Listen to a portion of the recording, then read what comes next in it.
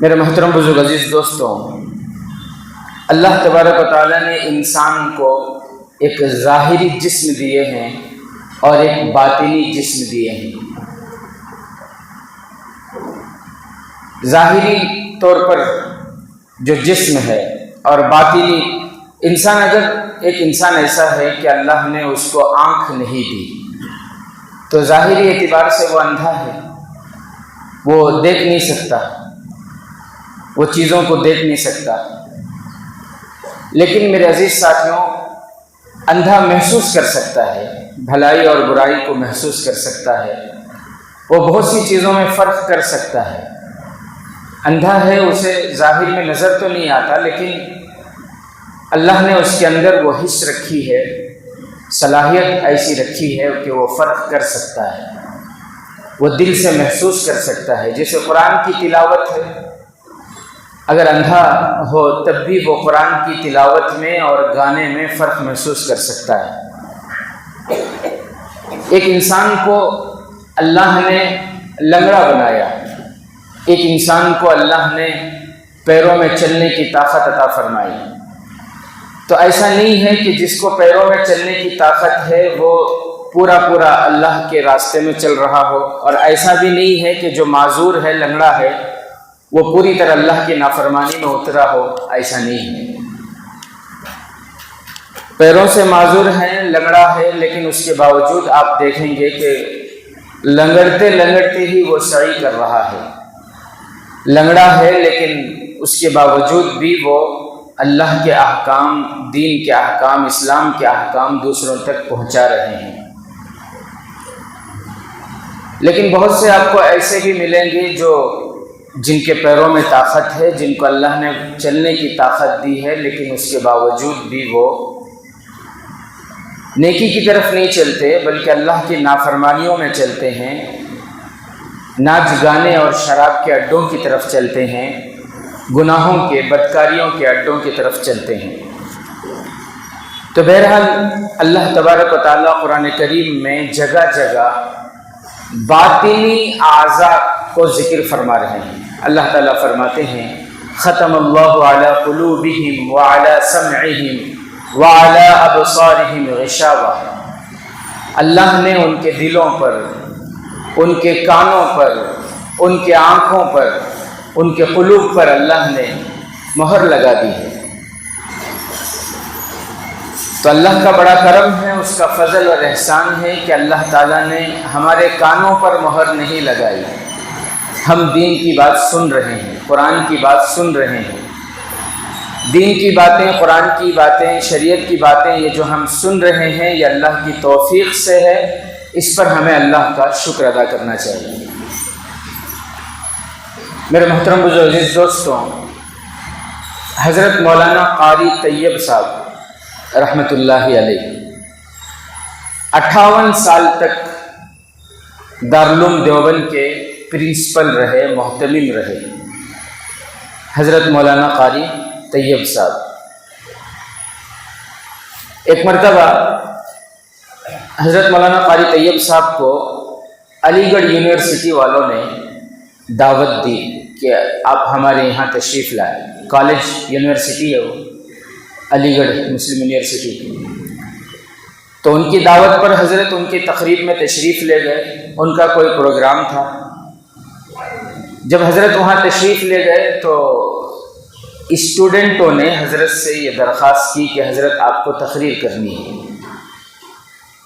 اور ان کا خیال یہ تھا، کالج کے ان طلباء کا خیال یہ تھا کہ حضرت تو ایک مدرسے کے ملا ہیں، قرآن پڑھاتے ہیں، حدیث پڑھاتے ہیں، حضرت کو سائنس کے بارے میں کیا علم ہوگا، حضرت کو ٹیکنالوجی کے بارے میں، جدید ٹیکنالوجی کے بارے میں کیا علم ہوگا۔ کہیں بھی جاتے ہیں حضرت قرآن کی روشنی میں، حدیث کی روشنی میں باتیں کرتے ہیں۔ تو حضرت جیسے ہی وہاں پہنچے، یونیورسٹی، علی گڑھ یونیورسٹی کو پہنچے، تو حضرت پہنچنے کے بعد اسٹوڈنٹسوں کو بلا کر حضرت پوچھے کہ کس عنوان پر بات کرنی ہے، کس ٹاپک پہ بات کرنی ہے۔ تو اسٹوڈنٹوں نے سوچا کہ اب تو حضرت پھنس گئے، یہ سوال کر کے حضرت تو اور بھی پھنس گئے. انہوں نے کہا کہ حضرت آپ کو انسان کی حقیقت سائنس اور ٹیکنالوجی کی روشنی میں، قرآن اور حدیث کی روشنی میں انسان کی حقیقت پر بات کرنی ہے. صرف قرآن سے نہیں بلکہ قرآن اور سائنس سے انسان کی حقیقت پر آپ کو بات کرنی ہے، تقریر کرنی ہے، بیان کرنی ہے. تو حضرت نے تقریر کرنا شروع کی ہے. جو وہ حدیث ہے نا، من کان للہ کان اللہ لہ، جو اللہ کا ہوتا ہے اللہ اس کے ہو جاتے ہیں. ہم اللہ کے ہوئے نہیں نا تو اللہ کی مددیں، اس کی نصرتیں ہمیں نظر نہیں آتی. جو اللہ کے ہوتے ہیں نا ان کو اللہ کی مددیں اور نصرتیں نظر آتی ہیں. اللہ کا فضل ان کی زندگیوں میں شامل حال ہوتا ہے جو اللہ کے ہو جاتے ہیں. حضرت مولانا قاری طیب صاحب نے پھر جو تقریر فرمائی انسان کی حقیقت سائنس کی روشنی میں، ایسی زبردست تقریر فرمائی حضرت نے. کہا جاتا ہے کہ وہ الہامی تقریر تھی حضرت کی کہ اسٹوڈنٹ تو اسٹوڈنٹ، وہاں کے لیکچررز، وہاں کے سائنٹسٹ، وہاں کے پروفیسرز جتنے بھی تھے سب کے سب حیران پریشان اپنی انگلیاں چباتے رہ گئے کہ یہ کیسی عجیب تقریر فرمائی حضرت نے. انسان کی حقیقت کو سائنس کی روشنی میں کتنا عمدہ طریقے سے حضرت نے بیان کیا، کبھی ہمارے دل و دماغ میں اس کا وہم بھی نہیں گزرا تھا. اور پوری دنیا میں حضرت کی وہ تقریر مشہور ہوئی تھی. تو بہرحال میرے عزیز ساتھیوں، علماء جو ہوتے ہیں وہ انبیاء کے وارث ہوتے ہیں. علماء جو ہوتے ہیں وہ نبی پاک صلی اللہ علیہ وسلم کے نائب ہوتے ہیں. اللہ تبارک و تعالیٰ نے دنیا میں مالداروں کے مدد کا اعلان نہیں کیے، اللہ نے تاجروں کی مدد کا اعلان نہیں کیے، اللہ تعالیٰ نے زمینداروں، کاشتکاروں اور جائیداد والوں کی مدد کا اعلان نہیں کیے. اللہ تعالیٰ نے یہ اعلان نہیں کیے کہ تاج محل بنانے والے اور لال قلعہ بنانے والوں کی میں مدد کروں گا. لیکن اللہ نے اپنے انبیاء کی مدد کا وعدہ کیے ہیں، اور اللہ نے ان کی بھی وعدے کی مدد کیے جو انبیاء کے نقش و قدم پر چلے، جو انبیاء کی پیروی کرتے ہیں، جو انبیاء کی سنتوں پر اپنی زندگی گزارتے ہیں. اللہ نے ان کی مدد کا اعلان کیا ہے.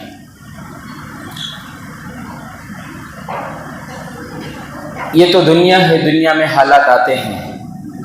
انبیاء پر آئے تو انبیاء کے نائبین پر بھی آئے، اولیاء پر بھی آئے، اور جو ایمان میں جتنے پختہ ہوتے ہیں ان پر حالات آتے ہیں، آ رہے ہیں اور قیامت تک آتے رہیں گے. حالات آتے ہیں. حضرت امام احمد بن حنبل رحمۃ اللہ علیہ 4 اماموں میں سے ایک امام ہیں. اللہ نے بہت علم ان کو عطا فرمایا تھا. ان کے دور میں جو خلیفہ تھا، خلیفۃ المسلمین، ان کے دور میں جو بادشاہ تھا، وہ ایک مسئلے میں حضرت سے اور اس بادشاہ سے جھگڑا ہو گیا. بادشاہ کا کہنا یہ تھا کہ قرآن اللہ کی مخلوق ہے، اور حضرت یہ کہتے تھے کہ نہیں، قرآن اللہ کی مخلوق نہیں بلکہ قرآن اللہ کی صفت ہے. اچھا، اگر مخلوق مانیں گے تو اس میں کیا خرابی ہے؟ مخلوق مانیں گے تو اس میں یہ خرابی ہے کہ ہر مخلوق کو فنا ہونا ہے. اگر قرآن کو مخلوق مانیں تو پھر یہ ماننا پڑے گا کہ قرآن کو فنا ہے، قرآن کو ختم ہو جانا ہے، یہ ماننا پڑے گا. سورہ رحمان میں اللہ تبارک و تعالیٰ نے فرمایا کل من علیہا فان ویبقى وجہ ربک ذو الجلال والاکرام، کہ باقی رہنے والی ذات صرف اللہ کی ذات ہے اور اس کے علاوہ جتنی مخلوق ہے سب کو فنا ہے. اللہ نے یہ زمین بنائی تو یہ زمینوں کو بھی فنا ہے، اللہ نے آسمان بنائے تو آسمانوں کو بھی فنا ہے. زمین و آسمان میں جتنی چیزیں ہیں ساری چیزوں کو فنا ہے، یہاں تک کہ اللہ کے عرش کو بھی فنا ہے. تو قرآن کو اگر مخلوق مانیں تو پھر یہ ماننا پڑے گا کہ قرآن کو فنا ہے. تو حضرت یہ کہتے تھے کہ قرآن مخلوق نہیں ہے، قرآن مخلوق نہیں ہے بلکہ قرآن اللہ کی صفت ہے۔ قرآن اللہ کا کلام ہے اور یہ اللہ کی صفت ہے، یہ مخلوق نہیں ہے۔ اس بات پر، اسی مسئلے پر حضرت ڈٹے رہے۔ بادشاہ نے بہت کوشش کی کہ کسی طرح حضرت یہ کہہ دیں کہ قرآن اللہ کی مخلوق ہے۔ حضرت اپنے اس مسئلے پر ڈٹے رہے۔ پھر کیا ہوتا ہے؟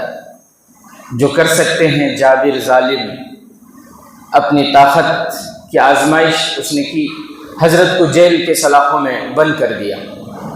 حضرت جیل میں رہے، پھر بھی حضرت اسی مسئلے پر ڈٹے رہے کہ تم کچھ بھی کر لو، میں یہ ماننے کے لیے تیار نہیں ہوں کہ قرآن مخلوق ہے، بلکہ قرآن اللہ کی صفت ہے۔ جس طرح اللہ باقی رہنے والے ہیں، اسی طرح اللہ کی صفت بھی باقی رہنے والی ہے۔ جس طرح اللہ کو فنا نہیں ہے، اسی طرح اللہ کی کتاب یعنی کلام اللہ کو بھی فنا نہیں ہے۔ پھر ایک مرتبہ ایسا ہوا کہ بادشاہ نے لوگوں کو جمع کیا، کھلے میدان میں حضرت کو لایا گیا، حضرت امام احمد بن حنبل رحمۃ اللہ علیہ کو، اور پھر اس کے بعد بادشاہ نے آخری موقع دیا، آخری چانس اس نے دیا کہ دیکھو اب بھی موقع ہے، تم کیا کہتے ہو قرآن کے بارے میں، کہ قرآن اللہ کی مخلوق ہے یا قرآن اللہ کی صفت ہے؟ حضرت نے فرمایا کہ میں اب بھی یہی کہتا ہوں کہ قرآن اللہ کی صفت ہے۔ جس طرح اللہ باقی رہنے والے ہیں، اسی طرح اللہ کا کلام بھی باقی رہنے والا ہے۔ یہ عالم برزخ میں بھی باقی رہے گا، یہ روز محشر میں بھی باقی رہے گا، یہ قیامت میں بھی باقی رہے گا، اور جنت میں بھی قرآن کی تلاوت کی جائے گی۔ قرآن اللہ کی صفت ہے۔ پھر بادشاہ نے کوڑے مارنے والوں کو کوڑا مارنے کا حکم دیا، اور کوڑے مارنے والوں نے اتنا کوڑا مارا کہ حضرت بے ہوش ہو گئے۔ پھر حضرت کو وہاں سے پھر منتقل کیا گیا۔ جب حضرت کو ہوش آیا، اس کے بعد لوگوں نے حضرت سے پوچھا، شاگردوں نے پوچھا کہ حضرت اتنے کوڑے آپ پر لگے، آپ کو تکلیف نہیں ہوتی تھی؟ آپ کو درد نہیں ہوا؟ حضرت فرمانے لگے کہ مجھے جو میری پیٹھ پر جو کوڑے مارتے تھے، اللہ کی قسم وہ کوڑا اگر ہاتھی کے پیٹھ پہ مارا جاتا تو ہاتھی لرز جاتا۔ تو جو اللہ والے ہوتے ہیں، اللہ ان کی مدد فرماتے ہیں، اللہ ان کی نصرت فرماتے ہیں۔ میرے محترم بزرگ عزیز دوستوں، یہ دین جو ہم تک پہنچا ہے نا، بڑی قربانیوں کے بعد پہنچا ہے۔ امام بخاری رحمۃ اللہ علیہ، اللہ تعالیٰ نے ان کو کتنا بڑا مقام عطا کیا، کتنا بڑا ان کا رتبہ ہے۔ ان کی کتاب کو اللہ نے کیسی مقبولیت عطا کی ہے۔ ساری دنیا میں، پوری کائنات میں، اس زمین پر، آسمان کے نیچے، اس دھرتی پر اللہ کی کتاب کے بعد اگر کسی کو سب سے زیادہ اللہ نے مقبولیت عطا فرمائی، وہ امام بخاری کی حدیث کی کتاب بخاری شریف ہے۔ اصح الکتاب بعد کتاب اللہ تعالی الصحیح البخاری۔ اللہ تعالیٰ کی کتاب کے بعد، قرآن مجید کے بعد، اللہ نے سب سے زیادہ جو مقبولیت عطا فرمائی وہ حدیث کی کتاب بخاری شریف ہے۔ وہ حدیثیں ہم تک ایسے ہی نہیں پہنچی۔ لکھا ہے حضرت امام بخاری رحمۃ اللہ علیہ جب بھی ایک حدیث کا علم حاصل کرتے تو اس کو کتاب میں لکھنے سے پہلے غسل فرماتے، ہر حدیث سے پہلے حضرت غسل فرماتے، غسل فرما کر ریاض الجنہ میں جاتے، 2 رکعت صلاۃ الاستخارہ کی نماز پڑھتے، پھر آرام فرماتے اور خواب میں نبی کریم صلی اللہ علیہ وسلم سے مشورہ کرتے۔ اللہ کے نبی اگر فرماتے کہ ہاں یہ حدیث اس مناسب ہے کہ آپ اپنی کتاب میں اسے جگہ دو، تو حضرت امام بخاری رحمۃ اللہ علیہ اس حدیث کو اپنی کتاب میں لکھتے، اور اگر اللہ کے نبی فرماتے ہیں کہ یہ حدیث اس معیار کی نہیں ہے تو پھر اسے اپنی کتاب میں جگہ نہ دیتے۔ عزیز ساتھیوں، یہ ٹوپیاں، یہ مسواک، یہ چہرے پہ سنتیں، یہ برقع، یہ دوپٹے، یہ مسجدیں، یہ مدرسے، یہ جماعتیں، یہ خانقاہیں، یہ جتنی چیزیں، یہ دین جو ہم تک پہنچا ہے نا، بڑی قربانیوں کے بعد پہنچا ہے، بڑی قربانیوں کے بعد۔ تو قرآن میرے عزیز ساتھیوں ایسی کتاب ہے، اللہ نے سارے مسئلوں کا حل اس میں رکھا ہے۔ قرآن میں اللہ نے سارے مسئلوں کا حل رکھا ہے، اس کے اندر سائنس بھی ہے، قرآن میں ہر مسئلے کا حل ہے، ڈیلیوری کے مسئلے کا حل بھی ہے، بچے کی پرورش کے مسئلے کا حل بھی قرآن میں ہے۔ مصر میں ایک واقعہ پیش آیا۔ مصر میں ایک ڈاکٹر تھے، سرجن بڑے، وہ ہندو تھے، غیر مسلم تھے، وہ ایک ہسپتال چلا رہے تھے، ان کا وہ ہسپتال تھا۔ وہاں ایک مسئلہ یہ ہوا کہ ڈیلیوری کے بعد اکثر یہ ہوتا ہے کہ ڈیلیوری ہوتے ہی فوراً وہاں جو سسٹر رہتی ہیں وہ نشان کے طور پر بچے کے انگوٹھے پر ایک ٹیگ لگا دیتی ہیں کہ یہ فلاں کہ یہ جو ہے یہ بچہ فلاں کا ہے، یہ فلاں کا ہے بول کر وہ ایک ٹیگ لگا، ایک نشانی لگا دیتی ہے۔ ایک مرتبہ ایسا ہوا، ایک رات وہاں 2 ڈیلیوریاں ہوئیں اور جو سسٹر تھی ٹیگ لگانے والی وہ پتہ نہیں اس دن لگانا بھول گئی۔ اب صبح کو ہنگامہ ہو گیا، کیونکہ وہ جو 2 ڈیلیوریاں ہوئی تھیں، ایک لڑکا اور ایک لڑکی، ٹیگ لگا ہوا نہیں ہے، تو ہر عورت یہ کہتی کہ لڑکا میرا ہے، لڑکی اس کی، وہ کہتی کہ نہیں لڑکا میرا، لڑکی اس کی۔ اب پورے ہسپتال میں ہنگامہ۔ جو بڑے ڈاکٹر تھے جن کی وہ ہسپتال تھی، جو غیر ایمان والے تھے، وہ آئے، انہوں نے مسئلے کو دیکھا تو مسلم ڈاکٹر جو تھے ان کو بلائے، وہاں پر جو بڑے تھے سرجن مسلم ڈاکٹر تھے ان کو بلائے اور بلا کر کہا کہ دیکھو اس طرح کی سچویشن ہے، تم تو کہتے ہو کہ قرآن میں ہر مسئلے کا حل ہے، تم ہمیشہ کہتے نا کہ تمہارے قرآن میں ہر مسئلے کا حل ہے، تو اب یہ مسئلہ ہے، اس مسئلے کا حل بتاؤ قرآن سے، کیسے بتاؤ گے؟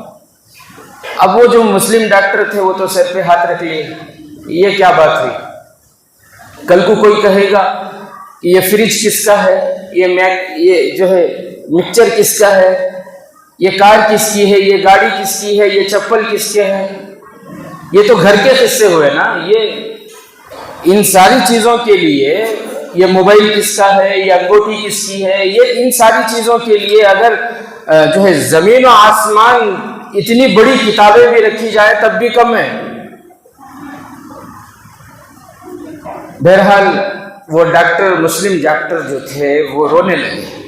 میرے عزیز ساتھیوں، اللہ تعالیٰ نے تہجد کی جو نماز امت کو عطا فرمائی ہے نا، یہ بہت بڑا ہتھیار ہے، یہ تہجد کی نماز، اور اس کے بعد پیر اور جمعرات کے روزے، نہیں تو کم سے کم مہینے میں چاند کے روزے، ایام 20 کے روزے۔ اللہ تعالیٰ نے ان کے اندر ایسی طاقت رکھی ہے، بڑے بڑے مسئلے حل کر دیتے اللہ تعالیٰ اس کے ذریعے۔ کبھی ہم پڑھ کر تو دیکھیں، کبھی اپنے مسئلوں کو تہجد میں اٹھ کر اللہ کے سامنے رکھ کر تو دیکھیں، پھر ہمارے مسئلے کیسے حل نہیں ہوتے۔ جو مسئلے کورٹوں سے حل نہیں ہوتے، جو مسئلے قاضیوں سے حل نہیں ہوتے، جو مسئلے ڈاکٹروں سے حل نہیں ہوتے، جو مسئلے سرجنوں سے حل نہیں ہوتے، اللہ کی قسم اللہ نے تہجد میں اور تہجد کے بعد جو دعا ہے ان دعاؤں میں اللہ نے وہ طاقت رکھی کہ بڑے سے بڑے مسئلے حل ہو جاتے ہیں۔ تہجد تو دور کی بات، یہاں فجر کی نماز میں غیر حاضری ہے ہماری۔ فجر کے بعد کا جو وقت ہے، طلوع آفتاب سے پہلے پہلے، اشراق سے پہلے پہلے کا وقت، کتنا پیارا وقت ہے۔ علماء فرماتے ہیں کہ جنت کا موسم ہے وہ، اس میں سونا، اللہ کے نبی صلی اللہ علیہ وسلم نے فرمایا محرومی کی علامت ہے۔ فجر پڑھ کر اشراق سے پہلے اگر سو جاتا کوئی، یہ کوئی ناجائز اور حرام تو نہیں ہے، لیکن فرمایا اچھی بات نہیں ہے، وہ برکت کا وقت ہے۔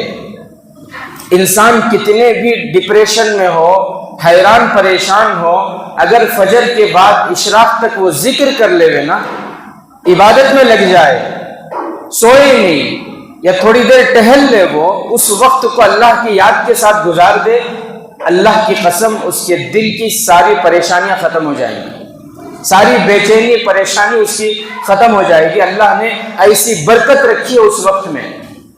اس وقت کی فضیلت کو آپ سمجھیں اللہ کے نبی صلی اللہ علیہ وسلم اپنی لخت جگر حضرت فاطمہ رضی اللہ تعالیٰ عنہا سے کتنی محبت کرتے تھے، کتنی محبت. فرمایا فاطمہ تو بضعۃ منی، فاطمہ میرے دل کا ٹکڑا ہے. اپنی بیٹی سے اتنی محبت کرتے تھے پیارے نبی صلی اللہ علیہ وسلم. جب کبھی سفر پر جاتے، مدینہ آتے، تو سب سے پہلے اپنی بیٹی حضرت فاطمہ کے یہاں جاتے. مسجد سے گھر جانے سے پہلے سب سے پہلے اپنی بیٹی فاطمہ کے یہاں جاتے. اتنی محبت تھی. آپ نے کسی حدیث میں نہیں سنا ہوگا کہ اللہ کے نبی نے اپنی بیٹی فاطمہ کو کبھی مارا ہو، کبھی غصہ کیا ہو. لیکن ایک حدیث آپ کو ایسی ملے گی کہ ایک مرتبہ فجر کے بعد اشراق سے پہلے حضرت فاطمہ سو رہی تھیں تو اللہ کے نبی ناراض ہو گئے اور اپنے پیر سے ان کے پیر کو اس طرح مارے کہ یہ سونے کا وقت نہیں ہے. اتنے ناراض ہوئے اللہ کے نبی صلی اللہ علیہ وسلم. اللہ کے نبی نے تو اس وقت امت کے لیے برکت کی دعائیں فرمائی ہیں. جو کام آپ کا دن میں 4-5 گھنٹوں میں ہوتا ہے، وہ کام اگر آپ فجر کے بعد کریں تو اللہ نے ایسی برکت رکھی ہے کہ 4-5 گھنٹے کا کام 1-2 گھنٹے میں ہو جائے گا. اللہ نے ایسی برکت رکھی ہے. لیکن یہاں فجر کی نماز میں دیکھیں آپ کتنے صف ہوتے ہیں مصلی. مسجدوں میں دیکھیں آپ 30 گھر کی آبادی ہے، نمازی 3 ہیں، 4 ہیں، 5 ہیں. برکتیں کہاں سے آئیں گی؟ اللہ کے نبی نے فرمایا کہ فجر کے بعد اشراق سے پہلے سونا یہ محرومی کی علامت ہے. ہاں کوئی سفر سے آیا ہوا ہے، بیمار تھا، تھکان ہے، کوئی مجبوری ہے، سفر پر ہے، فجر کی نماز پڑھ کے سو جا رہا ہے تو کوئی بات نہیں، کوئی مسئلہ نہیں. اور میں یہ بھی نہیں بتا رہا ہوں کہ اس وقت سونا حرام ہے، ناجائز ہے، یہ نہیں، بلکہ اس وقت سونا اچھی بات نہیں ہے. تو میرے محترم عزیز دوستوں، سنتوں پر چلیں گے نا تبھی کامیابی ہوگی. آج سنتوں سے ہٹ کر ہماری زندگی ہو رہی ہے. حضرت مولانا قاری طیب صاحب دارالعلوم دیوبند کے محتمم، شروع میں نے بتایا 28 سال تک محتمم رہے. 58 سال، سوری کتنے سال؟ 58، 50 کو 8 سال حضرت دارالعلوم دیوبند کے محتمم رہے. حضرت جب ایک مرتبہ بیمار ہو گئے تھے تو حضرت کے ایک شاگرد رہتے تھے بمبئی میں، علاج کے لیے وہ حضرت کو بمبئی تشریف لے گئے. بمبئی میں ظہر کے بعد حضرت کھانا کھانے کے بعد آرام کا وقت تھا. ظہر کے کھانے کے بعد، دوپہر کے کھانا کھانے کے بعد تھوڑی دیر آرام کرنا یہ سنت ہے. اللہ کے نبی صلی اللہ علیہ وسلم نے اسے قیلولہ کہا ہے. لیکن آج ہماری زندگی میں وہ سنت نہیں ہے. دنیا میں اس وقت جو سب سے زیادہ ترقی یافتہ ملک ہے وہ چائنا ہے. ہر چیز میں وہ ترقی کر رہا ہے. یہاں تک کہ سائنس اور ٹیکنالوجی میں بھی اس نے امریکہ کو پیچھے چھوڑ دیا ہے. آپ کہیں بھی جائیں، کسی کے بھی پیچھے جائیں، اللہ کی قسم جب تک پیارے نبی کی سنتوں پر نہیں آئیں گے کامیابی نہیں ملے گی. اس لیے میں آپ کو بتا رہا ہوں، اس لیے نہیں بتا رہا کہ کل جا کے آپ اپلیکیشن ڈالو چائنا میں مجھے جاب مل جائے، اس لیے نہیں بتا رہا ہوں میں. چائنا نے سب کو، پوری دنیا کو پیچھے چھوڑ دیا ترقی میں. وہاں کی ایک بات بتا رہے تھے ایک صاحب کہ وہاں کی حکومت نے یہ شرط لگا دی ہے کہ کسی بھی کمپنی کا وہ ورکر ہو، چاہے وہ کمپنی گورنمنٹ کی ہو، چاہے وہ کمپنی پرائیویٹ ہو، چاہے انڈور کام ہو یا آؤٹ ڈور کام ہو، ہر کسی کے لیے وہاں پر ضروری ہے دوپہر کے کھانے کے بعد 10-20 منٹ آرام کرنا. کالجوں میں، یونیورسٹیوں میں، اسکولوں میں، بیبی سٹنگوں میں، ہر جگہ دوپہر کے کھانے کے بعد پورے چائنا میں یہ شرط ہے کہ 10-20 منٹ آرام کرنا لازمی ہے ریفریش ہونے کے لیے. اب بتاؤ یہ چیز اب یہ بتا رہے ہیں، حالانکہ میرے نبی صلی اللہ علیہ وسلم 1450 سال پہلے امت کو سکھا کر چلے گئے، امت کو قیلولہ بتا کر چلے گئے. دنیا کتنی بھی ترقی کر لے، جب تک پیارے نبی کے طریقوں پر نہیں آئیں گے کامیابی نہیں ملے گی. کامیابی نہیں ہے، سنتوں میں کامیابی ہے. حضرت مریم علیہ السلام کی جب حضرت عیسیٰ علیہ السلام پیدا ہوئے نا، معجزہ وہ ایک لمبی تفصیل ہے. بہرحال قرآن میں ہے کہ جب ڈلیوری ہوئی تو کمزور ہو گئے تو اللہ تبارک و تعالیٰ نے فرمایا وَهُزِّي إِلَيْكِ بِجِذْعِ النَّخْلَةِ تُسَاقِطْ عَلَيْكِ رُطَبًا جَنِيًّا فَكُلِي وَاشْرَبِي وَقَرِّي عَيْنًا. اللہ نے فرمایا کہ کھجور کے اس درخت کو ہلاؤ، اس سے جو کھجوریں گرے ان کو کھاؤ اور پانی پی لو. آج ڈاکٹر یہ بتا رہے ہیں، دنیا کے اطباء یہ بتا رہے ہیں، اللہ نے پوری دنیا میں سب سے زیادہ ملٹی وٹامن کھجور کے اندر رکھی ہے. اللہ نے اس کے اندر اتنی طاقت رکھی ہے کہ صرف 2 کھجور کھا کر ایک انسان 48 گھنٹے تک زندہ رہ سکتا ہے. ایسی ایسی دولتیں اللہ نے ایمان والوں کو عطا فرمائی ہیں. کہاں اگتے ہیں کھجور؟ ہمارے یہاں باغ ہیں، یہاں لگاؤ درخت، کھجور نہیں، وہ دوسرا کچھ اور ہو جاتا ہے. وہ اللہ نے ایمان والوں کو عطا فرمائے ایسی نعمتیں. تو بہرحال میرے عزیز ساتھیوں، اچھا وہ ڈاکٹر کا قصہ بتا رہا تھا میں. تو ڈاکٹر نے مسلم ڈاکٹر کو بلا کر کہا کہ دیکھو یہ سچویشن ہے، اب تم یہ بتاؤ قرآن کی روشنی میں کہ لڑکا کس کا ہے، لڑکی کس کی ہے. تم تو کہتے تھے نا کہ قرآن میں سارے مسئلوں کا حل ہے، اگر تم بتا دو گے تو میں ایمان قبول کرنے کے لیے تیار ہوں. اب وہ جو مسلم ڈاکٹر تھے نا، وہ بھی باشرہ تھے، نمازی تھے.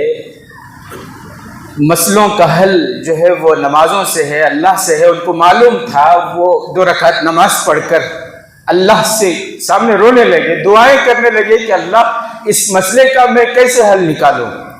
اللہ نے ان کے دل میں بات ڈالی. قرآن کریم کی ایک آیت میں انہوں نے غور کیا، اللہ نے وہ آیت ان کے دل میں ڈالی. سورہ نساء کی وہ آیت ہے یوصیکم اللہ فی اولادکم للذکر مثل حظ الانثیین. اس آیت کے اندر اللہ تعالیٰ وراثت کو تقسیم کرنے کے بارے میں فرماتے ہیں کہ لڑکوں کو 2 حصے ملیں گے اور لڑکی کو 1 حصہ ملے گا. اللہ تعالیٰ قرآن کریم میں حصوں کو بیان کرتے ہوئے فرماتے ہیں. اس آیت پر انہوں نے غور کیا اور پھر ڈاکٹروں کے پاس گئے اور جا کر کہا کہ قرآن میں اس مسئلے کا حل مل گیا، اس آیت سے مجھے اس مسئلے کا حل ملا. ڈاکٹروں نے پوچھا کیسے؟ انہوں نے کہا کہ دیکھو اس آیت میں اللہ فرما رہے ہیں کہ لڑکوں کو 2 حصہ اور لڑکی کو 1 حصہ. ان دونوں ماؤں کے دودھ کو ٹیسٹ لیب سے جو ہے ان کی ٹیسٹنگ کو بھیجا جائے. جس کے دودھ میں ڈبل پاور ہوگا لڑکا اسی کا ہے، اور جس کے دودھ میں سنگل پاور ہوگا، 1 پاور ہوگا، لڑکی اس کی. پھر ان کے دودھ کو لیب کو بھیجا گیا، ٹیسٹنگ وغیرہ سے گزارا گیا. پھر پتا چلا کہ جس کے دودھ میں ڈبل پاور تھا لڑکا اسی کا ہے، لڑکا اس کو دیا گیا، اور جس کے دودھ میں کم پاور تھا لڑکی اس. پھر وہ جو نرس کی سسٹر تھی وہ کہنے لگی کہ ہاں مسئلہ ایسا ہی ہے، میں ٹیگ لگانے بھول گئی تھی. پھر وہ جو ڈاکٹر تھا وہ ایمان میں داخل ہو گیا، اس نے کلمہ پڑھ کر ایمان میں داخل ہو.